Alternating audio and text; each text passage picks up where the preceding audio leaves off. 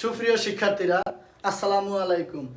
আজকের জিকুস টিউটোরিয়ালের পক্ষ থেকে আলোচনা পর্ব হচ্ছে 9.2 অর্থাৎ 9.2 এর অর্থাৎ মূল আলোচনা যেটা সেটা নিয়ে আমরা আজকে কথা বলবো। তো দেখো, আমরা ইতোপূর্বে 9.2 এর ম্যাথগুলা সমাধান করিয়েছিলাম। তো ওই জায়গায় আমরা মূলত বলছি যে সূত্র যত বেশি পারবো আমরা 9.1 এর ম্যাথগুলা তত বেশি সমাধান করতে পারবো। তো আজকে 9.2 আমার হচ্ছে যে এই জায়গায় মান অর্থাৎ ত্রিকোণমিতি কোণের মান যত বেশি জানতে পারবো তত বেশি আমরা এই 9.2 এর ম্যাথগুলা সবচেয়ে ইজিভাবে আমরা সমাধান করতে পারবো। তো শুরুতে একটু কথা বলেই আমার নিতে হয় যে তোমরা 9.1 এর যে আমরা ম্যাথগুলা অর্থাৎ জিকুস টিউটোরিয়ালের যে পেজে আমরা দিছি সেই জায়গায় দেখছি আমাদের অনেক স্টুডেন্ট অর্থাৎ আমাকে সাপোর্ট করছে। তো আমরা 9.2 আমি আশা করি আমাকে এই জায়গায় প্রত্যেকেই আমাকে অর্থাৎ জিকুস টিউটোরিয়ালের পেজে সবাই সাপোর্ট করবে। সাপোর্টটা হচ্ছে মূলত কি যে তোমরা শেয়ার করবে, লাইক করবে, কমেন্ট করবে। তো তোমরা আমাকে যদি উৎসাহিত করো আমিও অবশ্যই তোমাদেরকে ম্যাথ দিয়ে সুন্দরভাবে ইজিভাবে অর্থাৎ আলোচনা করে যেইভাবে সবচেয়ে বেশি সহজভাবে করানো যায় আমি ওইভাবেই ম্যাথগুলা সহজভাবে করিয়ে দেব। তো আমার একটাই বলা সেটা হচ্ছে তোমরা তোমাদের বন্ধুদেরকে আশেপাশে যারা আছে তাদেরকে জিকুস টিউটোরিয়ালের পেজটা শেয়ার করে দিবে এবং আমার ভিডিওগুলো দেখে কমেন্ট করবে, লাইক করবে এবং লাভ রিয়েক্ট দিবে। আর লাভ রিয়েক্টটা আমি একটু বেশি পছন্দ করি। তো দেখো, মূল আলোচনা হচ্ছে যে 9.2 আমরা যখন ম্যাথগুলা করাবো তখন কিন্তু আমরা একটা সমকোণী ত্রিভুজ নিয়ে আলোচনা করে নিতে হয় আগে। তো সমকোণী ত্রিভুজ আমরা কিন্তু সবাই জানি। আর সমকোণী ত্রিভুজ অর্থাৎ ত্রিভুজের ক্ষেত্রে যদি আমরা যাই যে অর্থাৎ সমবাহু ত্রিভুজ, সমদ্বিবাহু ত্রিভুজ, বিষমবাহু ত্রিভুজ আর সমকোণী ত্রিভুজ, এই ত্রিভুজ নিয়ে আমাদের অনেক আলোচনা আছে। যে আলোচনাটা আমরা অর্থাৎ পরবর্তী যখন আমরা অর্থাৎ জ্যামিতি নিয়ে আলোচনা করব 6 অধ্যায়ে তখন কিন্তু আমরা বিশদভাবে জ্যামিতির যে ত্রিভুজের কথা আছে, যে আলোচনা আছে আমরা ওই জায়গায় আলোচনা করব। তো আজকে এই সমকোণী ত্রিভুজটা নিয়ে আমার আলোচনা করার একটাই কারণ, এই 9.2 করাইতে হলে আমার সমকোণী ত্রিভুজের প্রয়োজন আছে। তো সমকোণী ত্রিভুজের প্রয়োজনের পাশাপাশি আমরা সবাই পিথাগোরাসের নাম শুনছি। আমরা কিন্তু সবাই পিথাগোরাস একজন বিজ্ঞানী, আমরা এই সায়েন্টিস্টের নাম আমরা সবাই কম বেশি শুনছি। তো পিথাগোরাস আমাদের এই সমকোণী ত্রিভুজের মাধ্যমে একটা সূত্র দেখিয়ে গেছেন, যে সেটা হচ্ছে যে আমরা এখন সূত্রটা দেখাবো। যে তো আমরা এই সমকোণী ত্রিভুজটা নিয়ে একটু অল্প শর্টে আমরা একটু পরিচিত হই। তো এ বি সি আমরা যদি ধরে নেই এ বি সি একটি সমকোণী ত্রিভুজ, একটি সমকোণী ত্রিভুজ যার বিকোণ এই কোণটা হচ্ছে এক সমকোণ, এই কোণটা হচ্ছে এক সমকোণ অর্থাৎ 90 ডিগ্রি, এই কোণটা হচ্ছে 90 ডিগ্রি। আমরা জানি তিন কোণের সমষ্টি 180 ডিগ্রি, তিন কোণের সমষ্টি 180 ডিগ্রি। তো দেখো আমরা যদি 90 ডিগ্রি এই এক কোণ অর্থাৎ এক সমকোণ সমান সমান 90 ডিগ্রি নিয়ে যাই তো আমার কিন্তু আর 90 ডিগ্রি বাকি থাকে। তো 90 ডিগ্রি যদি আমরা এ কোণে 45 ডিগ্রি অর্থাৎ 45 ডিগ্রিতে দেই আর সি কোণে 45 ডিগ্রি দেই তো হয়ে যায় 90 ডিগ্রি। তো এই 90 আর এই 45 এই 45 টোটাল হয় আমার 180 ডিগ্রি। তো আমরা জানি ত্রিভুজের তিন কোণের সমষ্টি 180 ডিগ্রি। যাক, আমরা যেহেতু 90 ডিগ্রি এটা নিয়ে নিলাম বিকোণ। তো আমরা এই চিত্রটা অনেকে আমাদের একটু মানে আরেকটু কথা বলে নিই, অনেকে যে স্যার চিত্রটা এই দিকে এই মুখ করে যদি আঁকি তাও হবে, আর যদি আমরা চিত্রটা এই দিকে মুখ করে অঙ্কন করে নিই তাও কিন্তু হবে, কোনো সমস্যা নাই। আর তুমি এই কোণটা এই জায়গায় লিখলে হবে, এই কোণটা এই জায়গায় লিখলে হবে, তুমি যেই জায়গায় তুমি নামকরণ করো না কেন, নাম দাও না কেন, ওইভাবে উচ্চারণ করলেই হবে। তো আমরা আরেকটু কথা বলে নিব যে এ বি সি একটি সমকোণী ত্রিভুজ অর্থাৎ কোণ কিন্তু অলওয়েজ মাঝখানে থাকে, কোণ কিন্তু মাঝখানে থাকে। ত্রিভুজের ক্ষেত্রে তুমি আগে পরে করে দিলে হবে, কোনো সমস্যা নাই, ভুল নাই। তো কোণ কিন্তু অলওয়েজ মাঝখানে থাকে। আমরা যদি লিখি এ বি সি, দেখো এই বি কোণটা কিন্তু মাঝখানে, অবশ্যই আমরা কোণটাকে মাঝখানে দিয়ে আমরা লিখব। কোণ সবসময় মিডল সাইডে থাকে। যদি কোণ আমরা শুরুতে বা শেষে লিখি তাহলে কিন্তু অঙ্কটা আমার ভুল হয়ে যাবে। তো দেখো আমরা কোণ নিয়ে আলোচনা করব অর্থাৎ জ্যামিতির অংশে। তো এখন আমাদের যে জিনিসটা নিয়ে আলোচনা, যে আসলে আমাদের এইদিকে তিনটা জিনিস জানতে হয়, অর্থাৎ লম্ব, ভূমি, অতিভুজ। লম্ব, ভূমি, অতিভুজ। তো অনেকে অনেক টিচার বা অনেকে অনেকভাবে তোমরা এই জিনিসগুলা শিখে থাকো, যেটা অনেকে বলে যে সাগরে লবণতি, সাগরে লবণতি, আবার কবরে ভূত অতি। অতি মানে অতিভুজ। আবার কেউ বলে টেরা লম্ব ভূত, টেরা লম্ব ভূত। আসলে তোমরা যেভাবেই শিখো না কেন শিখতে পারো, কোনো সমস্যা নাই। মূলত শিখাটা হইলো আমার মূল উদ্দেশ্য, মনে রাখাটা হচ্ছে মূল উদ্দেশ্য। যেভাবেই শিখো না কেন কোনো সমস্যা নাই। কিন্তু আমরা যেভাবে শিখাবো, আমরা জাস্ট কোণ জানি 6টা, কোণ জানি 6টা। কিন্তু আমরা আজকে শিখাবো মূলত 3টা কোণ। এই 3টা কোণ দিয়ে আমরা কিন্তু 6টা কোণ সম্পর্কে অর্থাৎ জানিয়ে যাব, এবং 3টা কোণের মান আমরা যত বেশি জানবো তত বেশি ম্যাথ সমাধান করতে পারবো। তো 3টা কোণ হচ্ছে অর্থাৎ সাইন, কস, টেন। তো এর আগে আমরা একটু আলোচনা করে নিব যে আমরা অনেক সময় আমাদের যে চিন্তাটা থাকে যে অলওয়েজ এই যে বাহুটা অর্থাৎ ভূমি সংলগ্ন অবস্থায় থাকে ওটারই আমরা ধরি ভূমি। আসলে মূলত ভূমি কিন্তু ও না, কোন বেদে লম্ব ভূমি চিহ্নিত করা হয়। আমি আবারও বলবো, কোন বেদে লম্ব অর্থাৎ লম্ব আর ভূমি আমাদের চিহ্নিত করা হয়। আমাদের অতিভুজ নিয়ে কখনো আমার ভালো লাগে না, অতিভুজ নিয়ে আমরা কখনো ভাববো না। অতিভুজ আজকে একটা কথা বলে দিব, এই কথাটা মনে থাকলে তোমার অতিভুজ নিয়ে আর কখনো চিন্তা করা লাগবে না। আমরা মূলত চিন্তা করব লম্ব ভূমি নিয়ে। দেখো আমরা অতিভুজটা হবে অলওয়েজ বড় বাহুটা, অতিভুজটা হবে অলওয়েজ বড় বাহুটা এবং আড়াআড়ি ভাবে থাকবে, বাহুটা থাকবে একটু আড়াআড়ি ভাবে। অতিভুজ অবশ্যই এই 3টা বাহুর ভিতরে সবচেয়ে বড় যে বাহুটা ওইটাই হচ্ছে অতিভুজ, এবং অতিভুজটা আড়াআড়ি ভাবে দাগ দেওয়া থাকবে। তো আমরা দেখো লম্ব অতিভুজ নিয়ে কথা বলতেছি। তো এখন আমরা কোন বেদে আমরা লম্ব ভূমি চিহ্নিত করব। তো এর আগে আমরা একটু কথা বলে নেই, সেটা হচ্ছে যে আমরা 3টা কোণ সম্পর্কে যদি জানি। দেখো 1 নম্বরে যদি আমি লিখি সাইন থিটা, যদি লিখি আমি কস থিটা, আর একটা লিখি টেন থিটা। দেখো এই 3টা বিষয় যদি আমি জানি, বাকি 3টা বিষয় আমি এমনিতেই জেনে যাব। সাইনের সাথে আচ্ছা সাইনের বিপরীত আমরা জানি কোসেক, তার মানে আরেকটা কোণ পেয়ে গেলাম। কজের বিপরীত জানি আমরা কজ, অর্থাৎ কজের বিপরীত আমরা জানি সেক, তার মানে আরেকটা কোণ পেয়ে গেলাম। আর একটা টেনের বিপরীত আমরা জানি কট, তার মানে 6টা কোণই আমরা পেয়ে গেলাম। আমার মূল উদ্দেশ্য হলো এই 3টা কোণের মান যত বেশি জানবো বাকি কোণের মানগুলো অটো বের হয়ে যাবে এবং ম্যাথগুলো সবচেয়ে বেশি সমাধান করতে পারবো।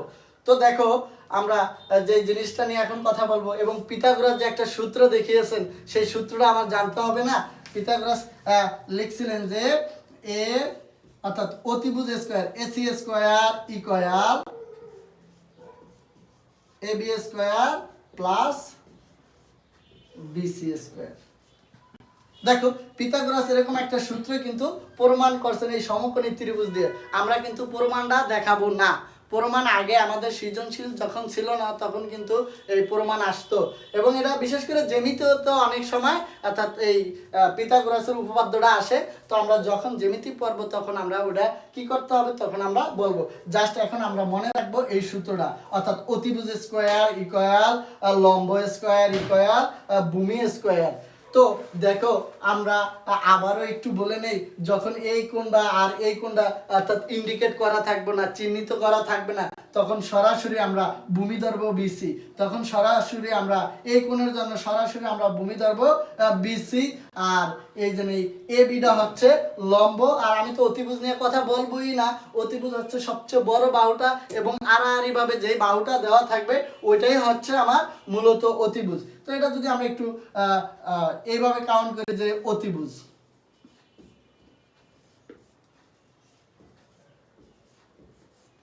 অতিভুজ এটা বাহু হইছে অতিভুজ। আর আমরা যদি এই কোণের ক্ষেত্রে বিবেচনা করি অবশ্যই লম্ব হচ্ছে এটা, এটা হচ্ছে মূলত লম্ব, আর ভূমি হচ্ছে আমার এই অংশটা। তো আমরা বলতে পারি এ বি অর্থাৎ এ বি হচ্ছে লম্ব, এ সি হচ্ছে অতিভুজ, আর বিসি হচ্ছে ভূমি। তো আমরা পিথাগোরাসের সূত্র অনুযায়ী বলতে পারি এসি স্কয়ার অর্থাৎ এসি স্কয়ার, এসি হচ্ছে অতিভুজ আর এ বি হচ্ছে লম্ব আর বিসি হচ্ছে ভূমি। তো দেখো আমরা অতিভুজটা সবসময়ই বড়, আমরা লম্ব এবং ভূমি দুইটা যোগ করার পরে আমরা অতিভুজের সমান পাই, অর্থাৎ অতিভুজটা হচ্ছে এই দুইটা বাহু যোগ করে যা পাবো তা হচ্ছে অতিভুজের সমান হবে। তো আমরা যদি লিখি এখন এইভাবে যে অতিভুজ স্কয়ার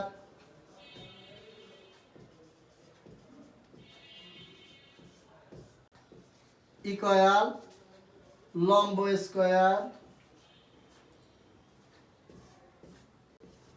প্লাস ভূমি স্কয়ার। এই জিনিসটা তোমরা যদি বেশি জানো আর বেশি পারো, এই জিনিসটা যদি তোমরা বেশি জানো আর বেশি পারো, ম্যাথগুলো সবচেয়ে বেশি সহজভাবে সমাধান করতে পারবে। তো এখন আমরা সাইন থিটা, এখন দেখো সাইনের ক্ষেত্রে যদি আমরা যাই, সাইন মানে হচ্ছে লম্ব বাই অতিভুজ, সাইন হচ্ছে লম্ব বাই অতিভুজ। আমরা জানি সাইন হচ্ছে লম্ব বাই অতি, অতি মানে অতিভুজ, আমরা ধরে নিব অতি মানে অতিভুজ, সাইন মানে লম্ব ভাই অতিভুজ। তো লম্বকে এই জায়গায় লম্ব হচ্ছে এ আর বি, তখন আমরা লিখতে পারি এই জায়গায় উপরে হচ্ছে এ বি আর নিচে অতিভুজটা কি, অতিভুজটা হচ্ছে এ আর সি। দেখো আমরা এই জায়গায় লিখতে পারি এসি। তো কজ মানে কি, কজ মানে কি, কজ মানে হচ্ছে ভূমি বাই অতিভুজ, কজ মানে হচ্ছে ভূমি বাই অতিভুজ, ভূমি বাই অতিভুজ। তো অতি লিখবো আমরা, অতি মানে অতিভুজ। তো এখন দেখো ভূমি বাই অতিভুজ, তো এদিকে ভূমিকে বি আর সি, তো আমরা এই জায়গায় লিখবো বিসি আর উপরে লিখবো নিচে লিখবো আমরা এসি। দেখো 10 অর্থাৎ টেরা লম্ব অর্থাৎ টেরা লম্ব অর্থাৎ ভূত। দেখো এই জায়গায় আমরা যদি লিখি লম্ব বাই ভূমি, লম্ব বাই ভূমি, 10 মানে লম্ব বাই ভূমি, 10 মানে লম্ব বাই ভূমি, 10 মানে লম্ব বাই ভূমি। তো এই জায়গায় দেখো লম্বকে A B R ভূমিকে B C, তাহলে লম্ব লিখলাম আমরা এ বি, ভূমি কি বিসি। তো দেখো আমি বলছিলাম যে আমরা যদি এই তিনটা কোণের মান আমরা এই তিনটা কোণের মান আমরা জানতে পারি, এই তিনটা কোণের মান যদি আমরা জানতে পারি, বাকি তিনটা কোণের মান আমাদের কিন্তু অটো বের হয়ে যাবে। এই তিনটা কোণের মান যদি আমরা জানতে পারি, বাকি তিনটা কোণের মান অটো বের হয়ে যাবে। তো আমরা আরেকটু বলি, সাইন মানে লম্ব বাই অতিভুজ, সাইন মানে লম্ব বাই অতিভুজ, আর কজ মানে ভূমি বাই অতিভুজ, টেন মানে লম্ব ভূমি। তো বাকি তিনটা কোণের মানও তো আমার জানা দরকার আছে, তো আমরা এটা একটু দেখিয়ে দিই জায়গায়। তো সাইনের বিপরীত আমরা জানি কোসেক, সাইনের বিপরীত আমরা জানি কোসেক। তো কোসেক মানে হচ্ছে কি, এটার বিপরীত অতিভুজ বাই লম্ব, আমরা এখন লিখবো অতিভুজ বাই লম্ব, অতিভুজ বাই লম্ব। তো দেখো আমরা এই জায়গায় অতিভুজ কি এসি, তো আমরা এই জায়গায় লিখবো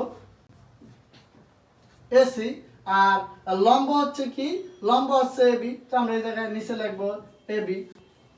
সেক কজ, কজ হইছে অর্থাৎ কজের বিপরীত হচ্ছে সেক, তো আমরা এই জায়গায় লিখবো সেক। থিটা ইকুয়াল সেক হচ্ছে অতিভুজ বাই ভূমি, তো আমরা এই জায়গায় লিখবো অতিভুজ বাই ভূমি।